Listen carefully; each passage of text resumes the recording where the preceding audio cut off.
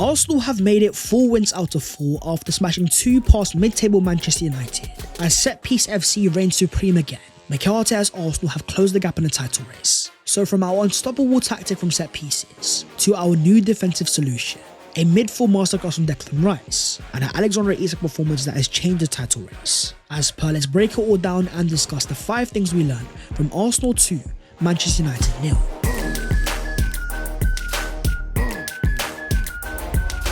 Yo, what is going on, guys? My name is Baz14. Welcome back to your boys channel, and how can you not be sensational after another Arsenal win? 4 wins out of 4. As per, smash a like on the video if you enjoy and subscribe to the channel if you are new. Help your boy on his road to 300,000 subscribers. We're starting off with Arsenal's defensive solution, going into yet another must-win game against Ruben Amorim's Manchester United, who had just scored 4 goals against Everton, got themselves back on track. There was a shock going into this game. No Ricardo Calafiori and no Gabriel Magalhaes, as also lined up with Timber, Saliba, Kiwior and Zinchenko. Questions of how Arsenal were going to survive without 2 of their most important defenders. A certain William Saliba made sure that he stepped up. With a 7.8 rating, 1 goal scored in 90 minutes, 2 clearances, 1 interception and 1 tackle. 2 out of 3 ground balls won, 78 passes and 94% of his passes completed. It was a real stand-up moment from William Saliba, commanding the Arsenal defence in the absence of Gabriel Magalhaes. The extra responsibility made him that much better. Even more dominant in his duel winning, completely bullying Rasmus Højlund, but also going forwards, the composure on the ball, breaking through the lines and not scared to cross the halfway line. William Saliba is one of the best 1v1 defenders in world football, showing Virgil van Dijk levels of authority. It's all because he knows of how good he is, producing one of his performances of the season. We'll often praise for his partnership alongside Gabriel Magalhaes. Without his partner next to him, Saliba's excellence was amplified, growing more into a leader, demanding the ball, and playing at a world-class level. There's a reason why a lot of rival fans often praise Saliba the highest, in awe of whenever they watch him play against their attackers. Sometimes a top player is simply undeniable, and that's what William Saliba is. Scoring his first league goal of the season, it may have not been beautiful, but what definitely was a celebration. The raw passion and emotion shown of an Arsenal fan, a player that lives and breathes the club. This level of passion has become trademark Saliba over the years, always touching the Arsenal badge and not scared to show his love. After the game, as he says, "I just want to win the Premier League." But talking of Arsenal defensive excellence, you also had David Raya on goal, dropping a 7.2 rating, 2 saves and a 0.98 goals prevented, completing 31 accurate passes and 7 accurate long balls. Another game where David Raya showcased a brand new level, from that fantastic save in the 67th minute, keeping the score at 1-0 with a real clutch moment. Not only was it another David Raya clean sheet, but more importantly, we need to talk about his sweeping. The ability to anticipate balls in behind, always alert to danger, allowing us to press high up the pitch and play a very high line, because of the natural confidence the goalkeeper gives us. In NFL terms, David Raya is almost a quarterback, a goalkeeper not only comfortable to play outside his box, but also in terms of passing has a lot of presence, an ability to fire passes in between the lines and get Arsenal up the pitch. Brought into Arsenal with so much pressure from Mikel Arteta, replacing a fan's favourite Aaron Ramsdale. While last year it was debatable, this year we can see exactly why Mikel changed it, as Raya has become one of the most complete keepers in the world. But an Arsenal defence that was under a lot of pressure going into it, with 2 key players missing, we also saw a certain Jakub Kiwior step up, dropping a 7.2 rating with 3 clearances and 2 tackles, winning 2 out of 2 ground balls and 2 out of 3 in the air. 84% of his passes completed and 5 accurate long balls. This was the definition of a composed performance, blind to all the pressure put on by Arsenal fans. When actually playing in his natural role as a left centre-back, we saw one of Kiwior's best performances in an Arsenal shirt. Dominance against a physical striker like Rasmus Højlund, alongside composure on the ball to fire off progressive passes. For an Arsenal back four that's all about a fluid build-up, defenders rotating from a back 4 to a back 3. Kiwior showed in this game that he's able to step up, having been used in so many different roles over his Arsenal career, from left back to right centre back. In this game, Kiwior served the reminder. Play him in his natural environment, and there's definitely a player there. But in terms of our starting left centre back, here was Gabriel Magalhaes after the game, celebrating alongside William Saliba, and of course Jakub Kiwior. And in terms of his injury, as Mikel Arteta says, Gabby was a big risk to play him today, but on Sunday he's going to be a possibility, with even the reliable Hande Virgil confirming that Gabriel's injury is minor. I actually think Man United are very lucky that Gabriel wasn't available, because with the amount of chances that Arsenal created, threatening set piece after set piece, if Gabriel had played he could have easily scored a hat-trick. Moving on to the second thing, midfield masterclass. Having now beaten Manchester United 4 times in a row, for the first time ever, it definitely wasn't simple, against a brand new manager in Ruben Amorim, with a back 3 philosophy and aggressive style of play. As the stats show, in terms of possession it was very even, Likewise in terms of final third entries, but Arsenal had a far higher expected threat rating at 4.2, ended the game with a whopping 62% field tilts. What was clear to see is the first half was nowhere near as dominant as the second, with United stifling Arsenal possession and making it very hard, deploying a mid-block, a thing Arsenal always struggle with. Having knocked out Arsenal in our Europa League days, aware of our ability in the build-up phase, as Amorim said before the game, Arsenal this year play a little bit different. They are far more fluid. For example, 2 years ago when we faced them with Sporting, you knew how to press them because you can understand the better structure. Now it's more fluid with Calafiori and Timber in different sides, one coming inside and the other going outside. Also, Odegaard has changed the team and you can feel that during this season. In the second half, we saw that quote come to life, as a certain Jurrien Timber thrived, dropping a 7.6 rating, scoring his first ever Arsenal goal in 90 minutes, with 55 touches and 32 accurate passes, as his heat map shows his role in this game was a lot different, where in previous games he's been overlapping Bukayo Saka. This game he was far more inverting. Ruben Amorim wasn't lying.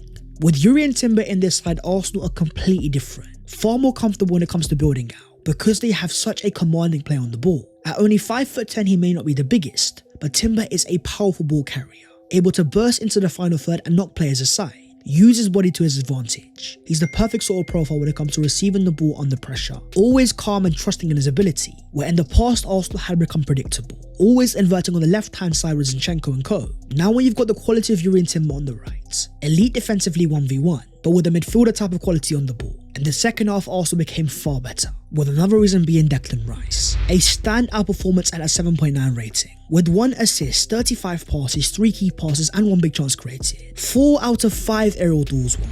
He was after the game seen with the official player of the match award, and a fantastic caption of keep doubting. The second half was all about being commanding, turning into a beast in and out of possession, picking up the ball and driving it forwards, using his elite physical ability to his advantage. The type of quality is why Mikel Arteta spent £105 million on him. You also had his elite set piece quality, getting another assist from a corner and ended the game with a 0.41 expected assist. Rice now has 17 goal involvements since the start of last season, one more than Dejan Kulusevski, an attacker. For as much as we praise Bukayo Saka, Rice is just as threatening from set pieces, with elite ball striking into the box, finding his man time and time again, nearly even scoring from a corner directly.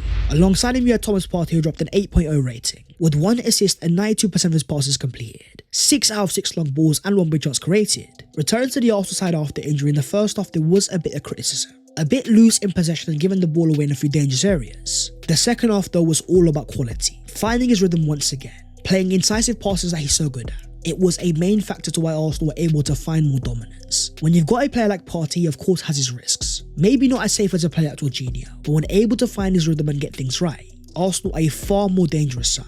When partnered alongside Rice and Odegaard, Arsenal win nearly every single time. Moving on to the third thing, the unstoppable tactic. On a day that Arsenal ended the game with an XG of 2.33 to Man United 0.31, a whopping 1.68 of that came from set plays, with Arsenal fans chanting set piece again, ole ole.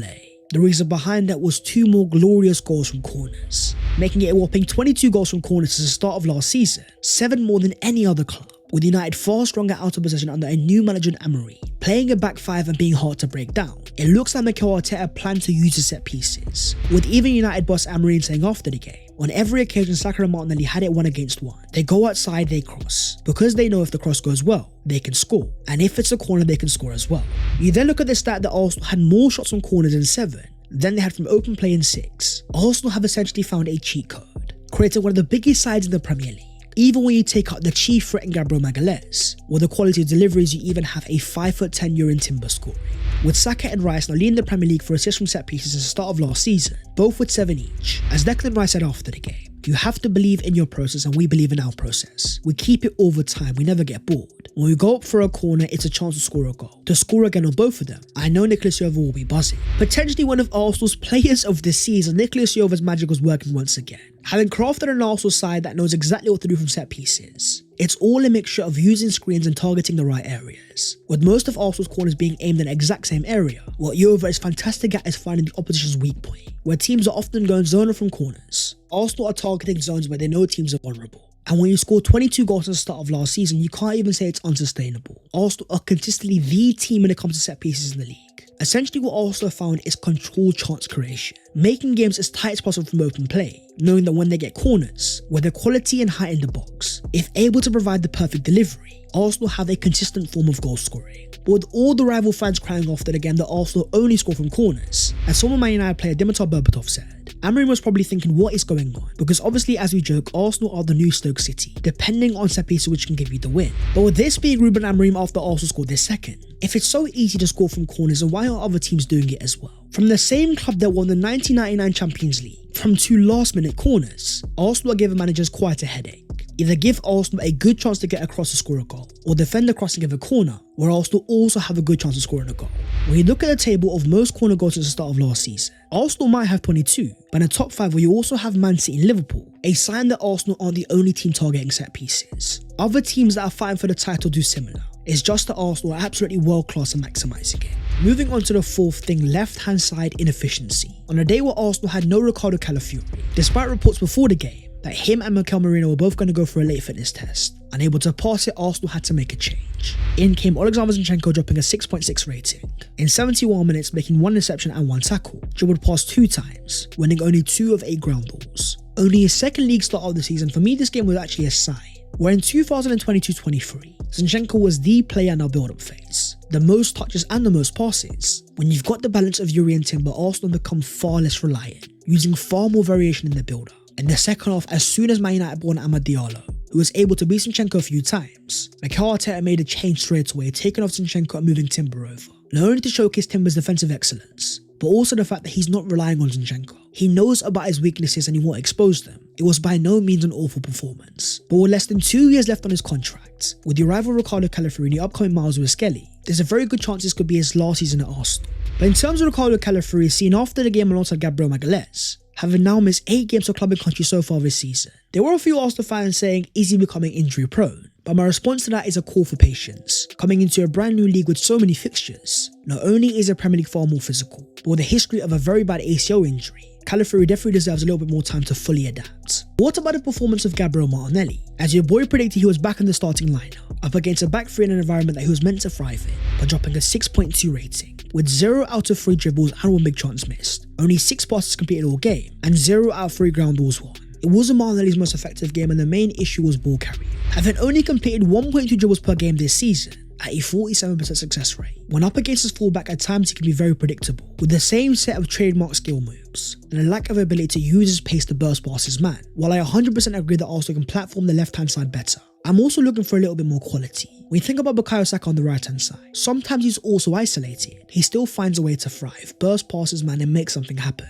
On the left hand side, Arsenal needs something similar, an equal level threat that can hurt teams just as badly. For Martinelli, these next few months are going to be massive, with 2 major winners coming up, and Mikel Arteta's history of targeting left wingers, with the targeting of a Nico Williams in the summer. What's stopping Arsenal from doing the same again? Moving on to the 5th thing, the title twist. As Arsenal won yet another big game, it may have been mid-table Manchester United, but it was another win against the supposed Big Six, as Arsenal have now made it 15 games unbeaten in the Big Six games.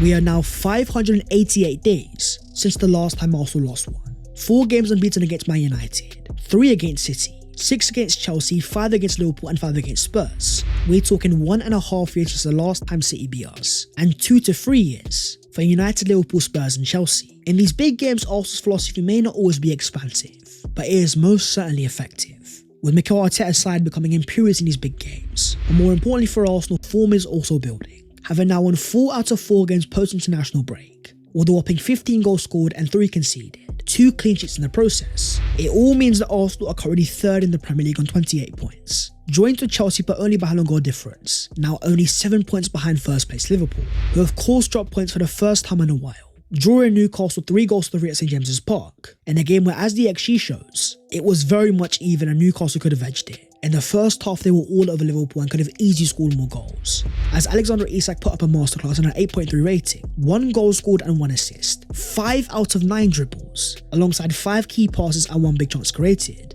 A performance that convinced a lot of Arsenal fans that he's the number 9 that Arsenal should be going for, making Virgil van Dijk look like Alessandro Martinez. It was also a ground that Arsenal dropped points at.